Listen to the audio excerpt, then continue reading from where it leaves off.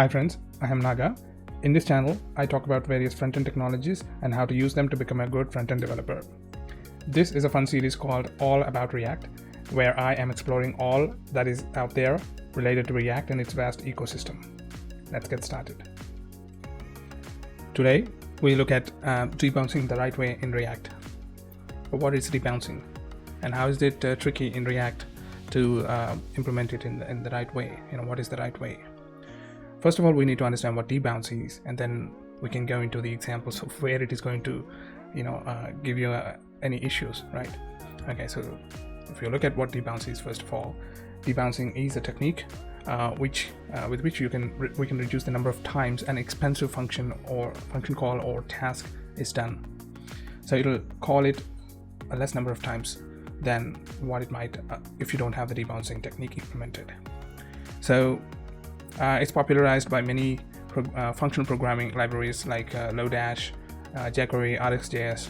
All these things use some sort of debouncing function they give you some sort of debouncing function that you can use in order to get your own advantage out of it. And that's not there in JavaScript by default. It's not a default API or anything, but it's very easy to implement. I mean, it's just it's in your hands. There's no special library required as such. We also hear about something called throttle. So I just wanted to call out what is the difference between debounce and throttle before we move forward. Just if you look at it, debounce executes a function or task after a certain quiet time or inactivity of the user. So what it means is if you have some sort of user activity that you're tracking and doing some expensive function call, maybe a database call, a DOM API update or something like that, you would want the user to stop doing that and then execute it so that user experience is not janky. So that's what debouncing does. So it looks for the user activity and makes sure that it'll wait some time. That time can be specified by the developer, after which it'll execute that function or task or whatever it is that it is delaying. But when it comes to throttling, throttle executes a function after a certain amount of time after the last execution. Okay, so throttle will not trigger after inactivity of user, but it'll trigger the next execution after a certain period of time. That period of time is specified by the developer, after which since the last time it executed. So it'll keep track of the last time it executed, and then if there is enough time that is specified by you, then it'll execute again if required. So that execution, the next execution, whether to do it or not, is still specified by the user, dictated by the user, but whether to do it at a certain point of time is decided by when it was last executed, and not whether the user is doing something or not. Okay, so those are two different use cases. So if you have some continuous user activity that is triggering this throttle function, it happens only in regular intervals of time. That space is specified by you in the function. But in case of debounce, when the user is doing all of that stuff, it stops executing. It doesn't execute at regular intervals of time, but it entirely stops and waits for user to finish whatever they're doing, and then after that it'll wait for some time and execute it. So that's the difference between throttle and debounce. It may not be clear at the moment, but we'll look into one example of each of them, and then jump into the issues that you might face I think there is one major issue. Probably there can be multiple use cases. Yeah, we're looking at the use cases next.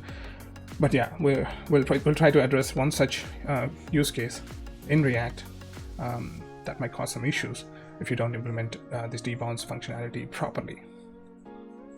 All right, so scenarios where it is useful to use debounce.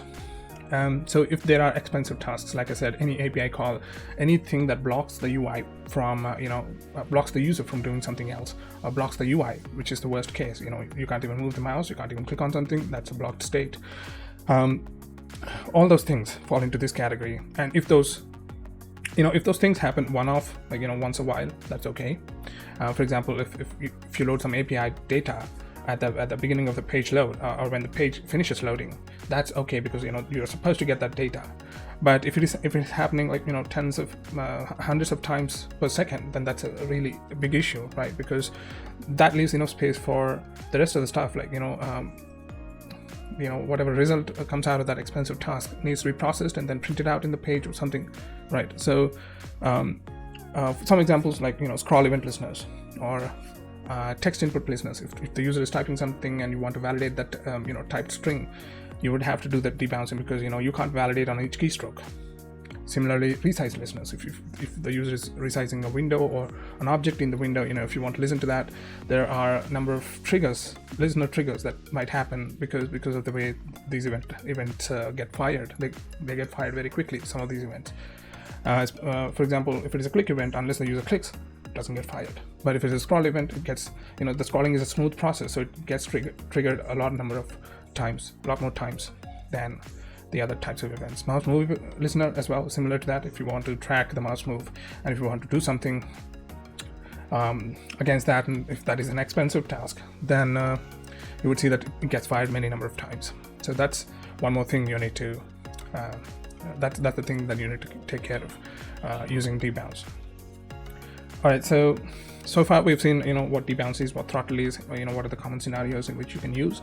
Next, we'll take a quick look at a JavaScript example for debounce and throttle, and then go into a React example of where you might get tripped or you might face an issue with debouncing.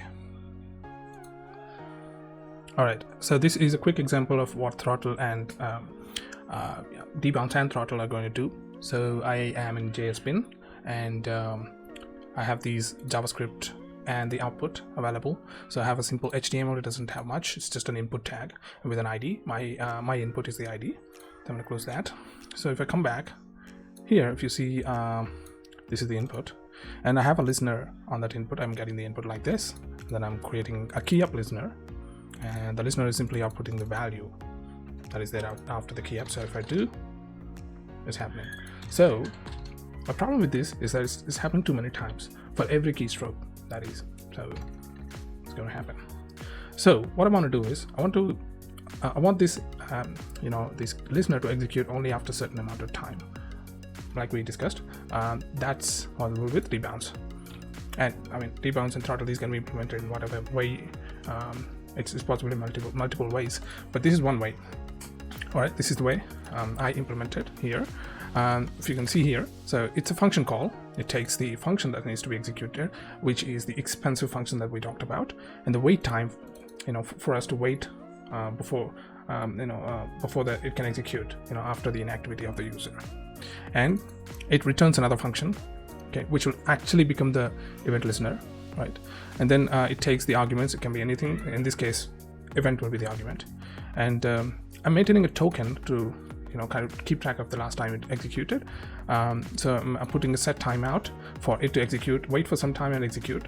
And this if condition, what it does is, if it is executing too soon, right? So if it already is scheduled to be executed, it'll cancel that.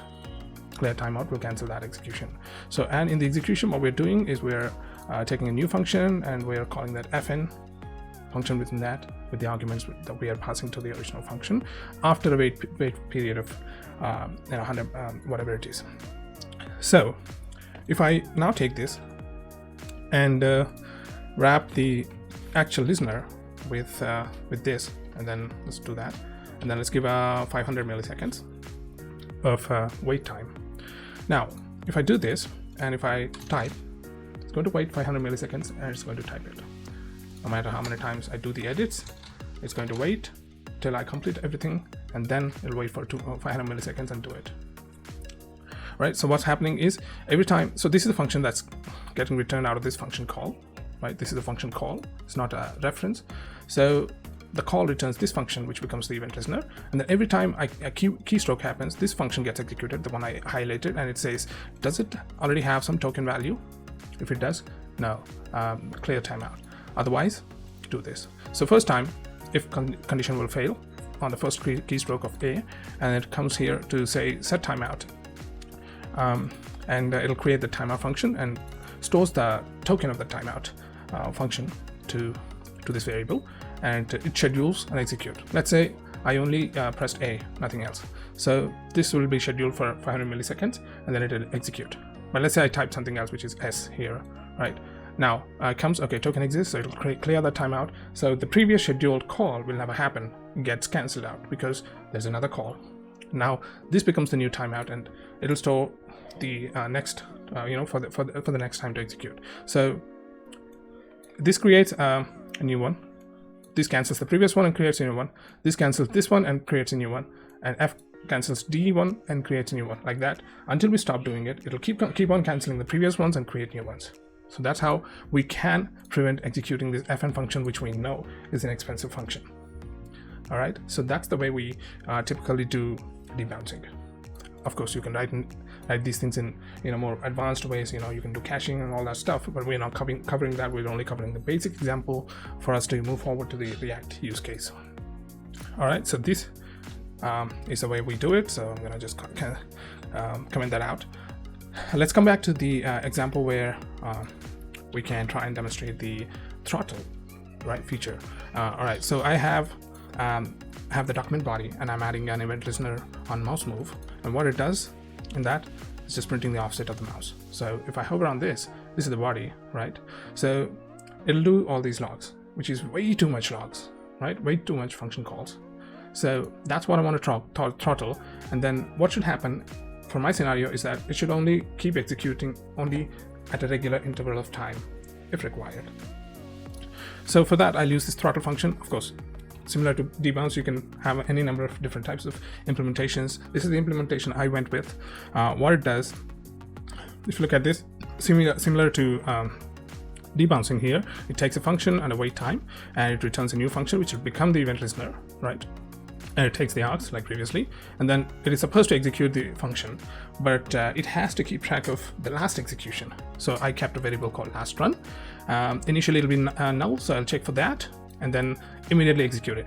The first time there's no last time, so it'll immediately execute it, and that point in which it executed will become the last run. Right? I'm storing that date timestamp into that last run variable, and the next time it happens, next time the mouse move executes, this if condition is no longer valid because there's already value in last run, so it comes to the else condition and it takes the next run value, and then now what it does is it compares it finds the difference between these two runs, and if it is more than or equal to the wait time, it means that it has waited enough. So I will execute that function, and then the other thing I'll do is I'll make the last run the new run. Right, the new run value will become the last run, so that the next execution will track the correct difference. So that's how I'm doing. So I'm executing, but I'm also checking the last run as well. So that's how we'll do it. Let's wrap that throttle thing in this, and then close that. And let's say 200 milliseconds I want to wait between each execution. So if I do this, I keep on moving the mouse, but it was only executing 200 milliseconds apart. I stop, it stops. Next time, it'll execute like that. All right. So yeah, so those are the couple of examples of throttle and debounce. I hope you're clear about these things, why they're on, how they can be used, and what are the differences. All right. Now we'll go into the specific example in React where debounce is useful. I think you can interchangeably use throttle and debounce, I think, in that scenario. But we'll go into that and see what it is and learn something out of it. All right, we are back with a simple application in React, which we can use to get to understand how debounce works. So the scenario which I'm describing here is a simple input change, which is so for example, first of all, let me go through this simple application, what's here and what it's doing. So if you check this function, this is the app which renders this. By the way, this is the StackBlitz online editor, which you can use to create any type of framework-based applications like React, Angular, most of the stuff, and then simply learn stuff, right? Rather than focusing on how to set things up, bootstrapping and all that. Okay, so I've created one such application. The URL is here for your reference in future. If you want to check out the way it's done, I'll leave the links to everything that I'm teaching here in the description so that you can go back and see for yourself. Okay, so let's just quickly understand what's going on in this particular component. So this app is a component, so that's rendering this, and you have in the template you have simple h1 which is showing that, and the input field is this input field, and I'm doing something else below which I'll show here quickly. So what I'm doing here is that I am fetching posts, and then it accepts a query, q equals to something, and that query filters out the posts And then this is a fake API. JSON placeholder is a famous fake API, you must have known. So what I'm doing here is that whenever the input changes, I want to fetch a filtered list of posts, and I want to print the title. So this section here lists out all the titles in edge 3 tags, and then that's getting pasted here. So what this filter results function is doing, it's a local function. It takes the event, it's working on change of the input. So whenever the input changes, this gets called, and then the value is the current value in that input. I'm setting the value as a state variable so that I can use it as a control component here. If you don't know what a control component is, welcome to it in a future video, or you can go and look at the documentation as well. It's not that difficult. Control means you pass the value and also the change listener. All right, so I'm building the query here. If there's no value, if it is empty, I'll just leave it empty. Otherwise, it'll be question mark q equals to whatever the value.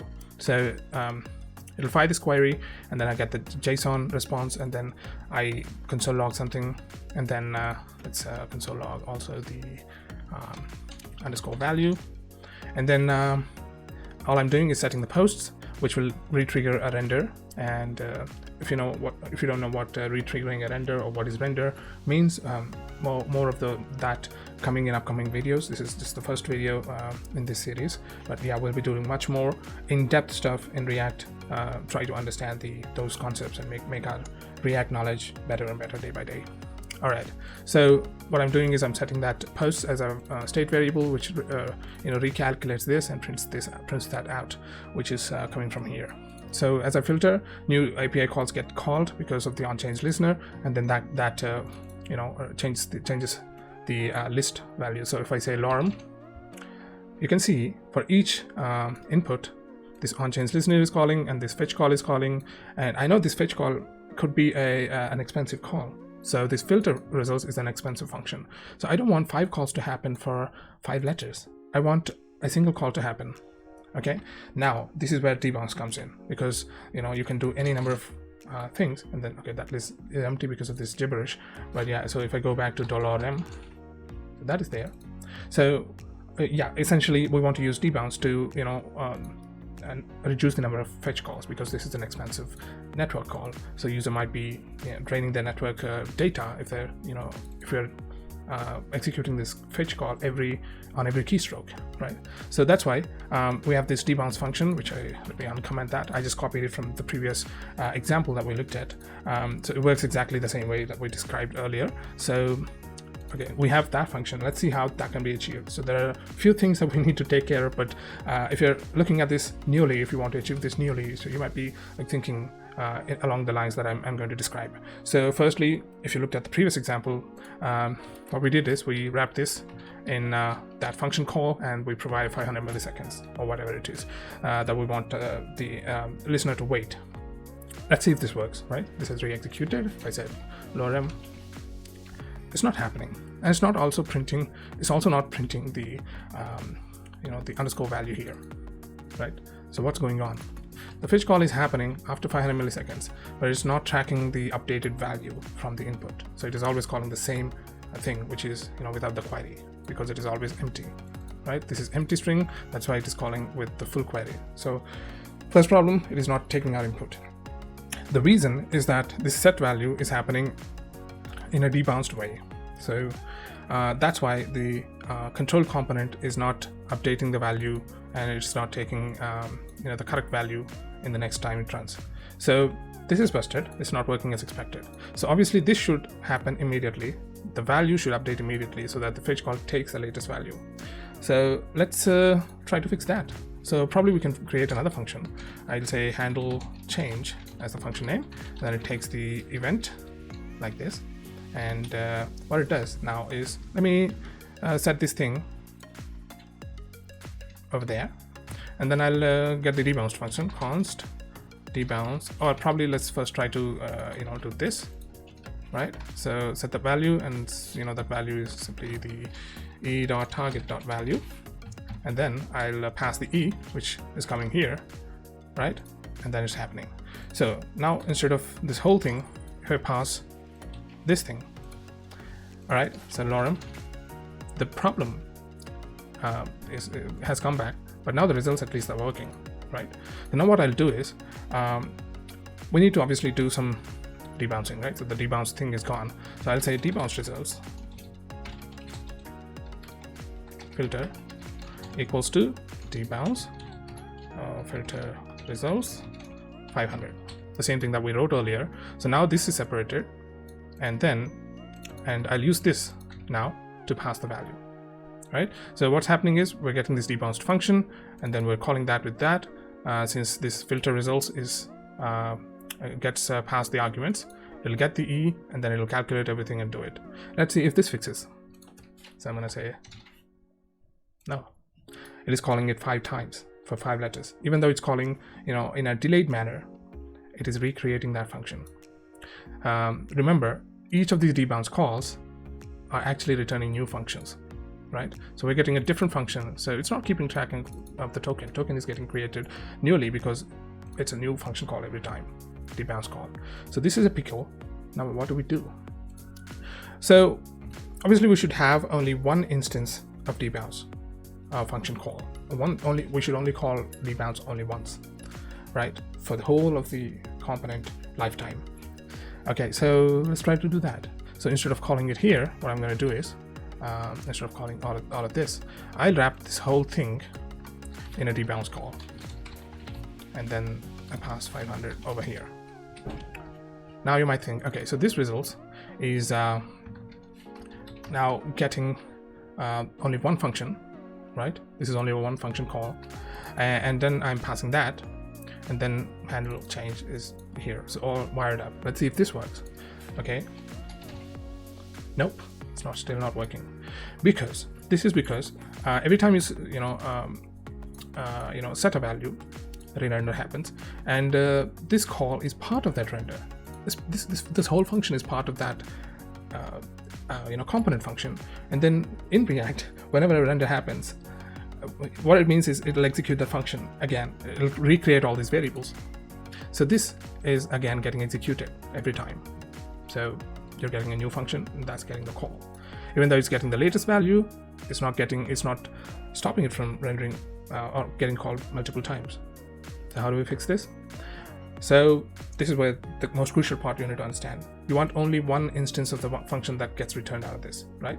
So now what you have to do is you have to use something called use callback, which is a hook that is coming out of React to achieve that. So let's see the signature. So the use callback signature takes a function, which is obviously our debounce function. So it's coming from React, so you can write it in this way, or you can import from the React package itself. I'll write it in this way, and then the second argument, the first argument is the function that needs to be memoized. So the keyword is memoized here.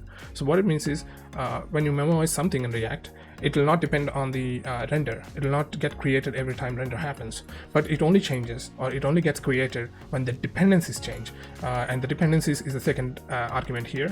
And in this case, what will be the dependencies? So anything which is a state or a prop variable, right? So in this function, if it is using any prop or state variables, then that has to be definitely declared here. Let's come and see. Event is not a state variable or prop. This is a normal variable. Set value is not a state variable, even though it's a set of function coming out of a useState call. It's not required to be passed as a dependency. And now this query simply is not having anything that is dependent on the data and nothing else. So the set post, similar to set value, it doesn't have to be passed in the dependency array. So luckily for us, this whole function doesn't use any state variables. But for example, if the value here is being used here instead of e.target.value, then we'll have to pass it here, which would again defeat our purpose, because then it'll get created every time value changes. But instead, since we are getting this value from e.target.value, we don't have to use that. So our function is clean. There are no dependencies to be specified in the dependency array, and now only one instance will be created and passed back for each trigger or each render, the same function we called, and there's only one function that gets created out of debounce here. Let's see if this finally fixes it. See, it only calls once. No matter how many times you trigger, it waits for 500 milliseconds and it calls it. There's no response. So if I remove that calls again with the full response. All right, so what we learned here is that we need to separate out the debounced functionality from all the setters so that the control component will not depend on the debounce function to execute for the value to update, which defeats our purpose, first thing. And also we need to memorize the debounce function, the function that's returned out of the the debounce function call, and it has to be memorized using use callback because it's a function. And then dependencies array needs to be anything that our function depends on in our in the array will be given there.